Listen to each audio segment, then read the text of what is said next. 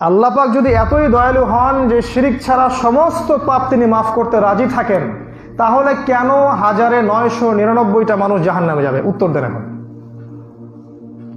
এটা ভ্যালিড প্রশ্ন না? ভালো প্রশ্ন না এটা? আল্লাহ পাক যদি এতই দয়ালু হন, যদি ঘোষণা করলেন শিরিক ছাড়া যে কোনো পাপ আমি যাকে ইচ্ছা মাফ করে দেব। হাদিস আল্লাহ পাক বলছেন, হে আদম সন্তান, আকাশ জমিন সমান পাপ নিয়ে যদি আমার সাথে সাক্ষাৎ করো, আমি তোমার সামনে আকাশ এবং জমিনের সমান ক্ষমা নিয়ে সাক্ষাৎ করব। শিরিক তোমার আমল নামায় না থাকলে আমি তোমাকে মাফ করে দেব। তোমার আমল নামায় শিরিক না থাকলে আমি তোমাকে মাফ করে দেব ইনশাআল্লাহ। যে ব্যক্তি হৃদয় থেকে তাওহীদের স্বীকৃতি দিবে, লা ইলাহা ইল্লাল্লাহ, ইনশাআল্লাহ তাআলা একদিন না একদিন সে জান্নাতে যাবে। তাই যদি হয়, তাহলে কেন 999টা মানুষ জাহান্নামে যাবে? উত্তর বলেন, কি হবে? কে বলতে পারবেন? বুঝতে পারেন নাই?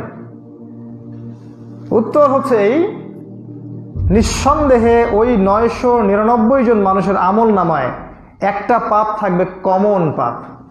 সে পাপটা কি? এবার বুঝতে পারছেন? এছাড়া যদি অন্য কোনো পাপ থাকতো, আল্লাহ পাক চাইলে কি মাফ করতে পারতেন না? পারতেন। তার মানে বোঝা যাচ্ছে তাদের আমল নামায় মূল কোন পাপটা থাকবে? শিরক। শিরক চিন্তায় হয়, চিন্তার মধ্যে শিরক হয়, আকীদায় শিরক হয়, আমলে শিরক হয়, কথার মধ্যে শিরক হয়, ইসলামের কাছে পূর্ণ আত্মসমর্পণ না করলে শিরক হয়, এবং আল্লাহর হালালকে হারাম করলে শিরক হয়, আল্লাহর হারামকে হালাল করলেও শিরক হয়।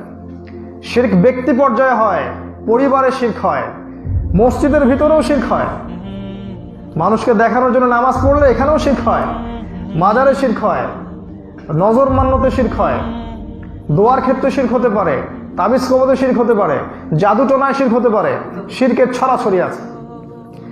এমনকি শিরক ব্যক্তি পর্যায়ে হয়, পরিবারে হয়, সমাজেও হয়, শিরক রাষ্ট্রীয় পর্যায়ে হয়।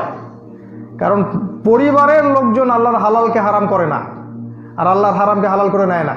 রাষ্ট্র থেকে আল্লাহর হালালকে হারাম করে দেয়া হয় এবং আল্লাহ পাকের হারামকে হালাল করে দেয়া হয়। আমরা সতর্ক করব আপনাদেরকে প্রথমে আজকে, যে আমল নামায় যে পাপ আছে, শিরকের পাপ যেন কোনোদিনও আমল নামায় ঢুকাবেন না। শিরকের পাপ থেকে তওবা না করে কেউ যদি মারা যায়, কোরআন এবং হাদিসের শক্ত দলিল যে সে ব্যক্তির জাহান্নামে যাওয়ার সম্ভাবনা 99%। আমাদের নবী মুহাম্মদ সাল্লাল্লাহু আলাইহি ওয়াসাল্লামকে আল্লাহ পাক বলেছেন, লা ইন আশরাকতা, ইভেন তুমি যদি শিরক করো, হে নবী তুমি যদি শিরক করো, লা ইয়াহবাতান্না আমালুকা, তোমার আমলও আমি কিন্তু ধ্বংস করে দেব। সেখানে আমি আপনি কোনো সাবজেক্ট নাকি?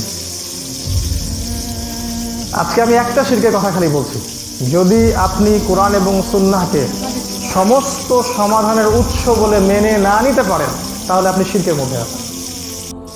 আমার কথা কি বুঝতে পারছেন? কোরআন এবং সুন্নাহ সমস্ত বিষয়ের সমাধান, এই কনসেপ্ট যদি আপনার মাথায় পরিষ্কার না থাকে, আপনি আমল করতে পারেন আর না পারেন, প্রতিষ্ঠা করতে পারেন আর না পারেন, বিশ্বাসে যদি না থাকে এই কোরআন এবং সুন্নাহ প্রত্যেকটা বিষয়ের সমাধান, তাহলে আপনি মুশরিক।